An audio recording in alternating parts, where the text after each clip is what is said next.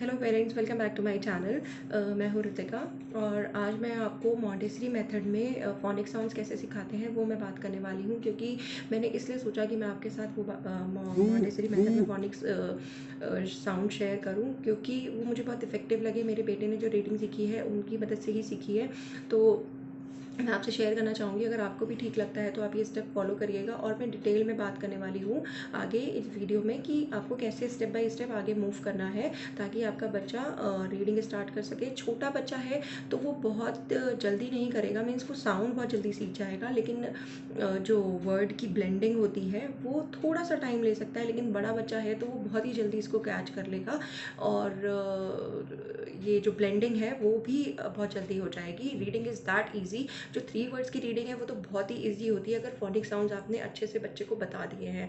सो आइए देखते हैं। मैं एक एक वर्ड अल्फ़ाबेट साउंड बताऊंगी, बोलूँगी, और इसमें मैंने आपको मेरी स्क्रीन पे पिक्चर्स, अल्फ़ाबेट पिक्चर्स दिखेंगे। अगर आपको वो पिक्चर्स ठीक लगते हैं तो वो आप उसका स्क्रीनशॉट ले सकते हो। और उस पिक्चर्स पे मैंने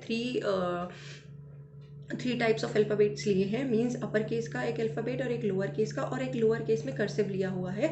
अगर आपको ठीक लगता है तो आप उसका प्रिंट आउट निकाल लीजिएगा। कर्सिव का मैंने इसलिए इंक्लूड किया है क्योंकि आगे चल करके स्कूल में भी कर्सिव हैंड राइटिंग सिखाते हैं बच्चों को, तो आगे कन्फ्यूजन ना हो, तो अभी से ही वो उसको समझने लग जाएंगे। और जब भी हम कोई भी जो लेटर होता है, जो 3 एस्पेक्ट होते हैं अल्फ़ाबेट्स के। एक जो अल्फ़ाबेट होता है उसका एक नेम होता है जिसको हम बोलते हैं ABCD। सो ये क्या है? ये नेम है। नेक्स्ट जो होता है वो पिक्चर होती है, मतलब हम जब बच्चे को दिखाते हैं कि this is A, this is B, this is C। और नेक्स्ट होता है sound. So the most effective जो है वो है साउंड, क्योंकि हम यूजुअली क्या करते हैं, यहाँ पे हम थोड़ी सी गलती कर जाते हैं। हम बच्चे को सिर्फ नेम सिखाते चलते हैं, लेकिन नेम जानने से बच्चा रीडिंग नहीं कर पाएगा जब तक वो उसको साउंड नहीं आएंगे। मीन्स डिकोड करना आना चाहिए रीडिंग करने के लिए। तो हमें क्या करना है, हमें सबसे पहले साउंड बतानी है और पिक्चर्स के साथ बतानी है। ये दोनों चीज़ें ही ज़रूरी है रीडिंग के लिए। सो मैं और एक और बात बोलना चाहूँगी, जो मैं आप फ़ोनिक साउंड सिखाते हो, फ़ोनिक साउंड अगर बच्चा बहुत ही छोटा है तो कोई बात नहीं, लेकिन अगर आपको लगता है कि आपका बच्चा ये काम कर सकता है तो ये भी प्लीज़ फ़ॉलो करिएगा। ये बहुत ईज़ी रहेगा।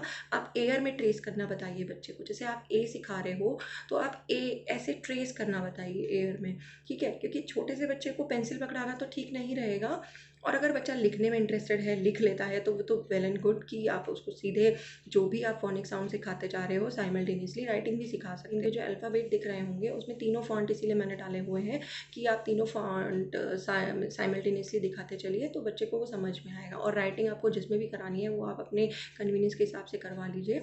एयर ट्रेसिंग बहुत अच्छी होती है क्योंकि उससे बच्चा ना विजुअल एंड सेंसरी दोनों मीन्स यूज़ करता है, सो वो भूलते नहीं है फिर लेटर्स। सो आप ये मेथड ट्राई करिएगा। So let's begin with the sound, phonic sounds. So मैं एक एक नाम लेती जाऊंगी अल्फ़ाबेट के और उनके साउंड बोलती जाऊंगी। So A, A is called A, B is called ब, सी इज कॉल्ड क, क, डी इज कॉल्ड ड, E is called A, F is called ji is called ग, ग, एच इज कॉल्ड ह, I is called A, J is called J, K is called K, L is called L, M is called N is called N, O is called O, P is called P, Q is called W, R is called R, R, S is called S, T is called T, U is called V is called, means we don't have to say V. W is called W, X is called X, Y is called Y, Z is called Z.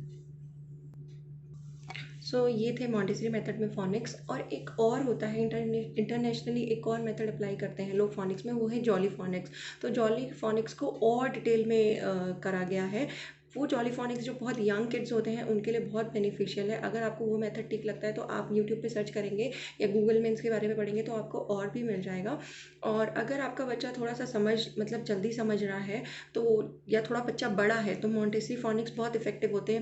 मेरा बच्चा तो छोटा था, उसको Montessori phoenix भी बहुत effective रहे, तो इसलिए मैंने उसको जॉली फोनिक्स के मेथड से नहीं पढ़ाया है। जॉली फोनिक्स में क्या किया गया है, उसको 26 लेटर्स को जो है उनको और आगे जा कर के 42 साउंड्स उसके बताए गए हैं कि कैसे क्या क्या करना है। उनको 7 ग्रुप्स में डिवाइड किया गया है अल्फ़ाबेट्स को। और मैं एक और बात बोलना चाहूँगी, अगर आप जैसे ये मॉन्टेसरी में फोनिक्स सिखाते हो तो एक ज़रूरी नहीं है कि पहले आपने अ ब क ड तो सिखा दिया जो साउंड है, लेकिन आप फिर रैंडमली बच्चे को पूछिएगा, क्योंकि फिर नहीं तो वो क्या होगा, वो मगअप कर लेगा, मतलब मेमोराइज उसने याद तो कर लिए हैं, सीक्वेंस में याद किए हैं। तो ऐसा नहीं होना चाहिए कि सीक्वेंस में याद है, अगर आपने रैंडमली पूछा है तो वो जवाब नहीं दे पा रहा है।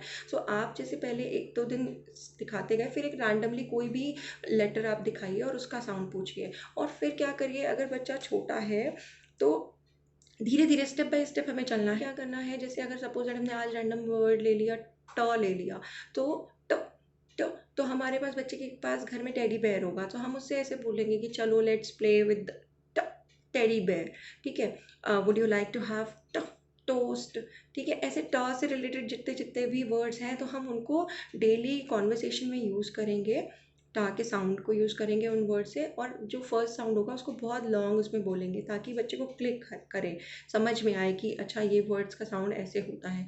स्टेप्स हैं which you can implement routine में, इनको यूज़ कर सकते हो और ये बहुत ही ईजी हो जाएगा। मीन्स समझ, जब आप बच्चे के साथ इसका यूज़ करोगे तो आपको खुद समझ में आएगा कैसे होने वाला है। और वीडियो बनाया हुआ है स्टेप बाय स्टेप, जो मैंने मेरे बच्चे को वर्ड्स के प्रैक्टिस कराए हुए हैं, वो वर्ड्स डिटेल में पढ़े हुए हैं एज इट इज़, जो मैंने उसको प्रैक्टिस कराए हैं।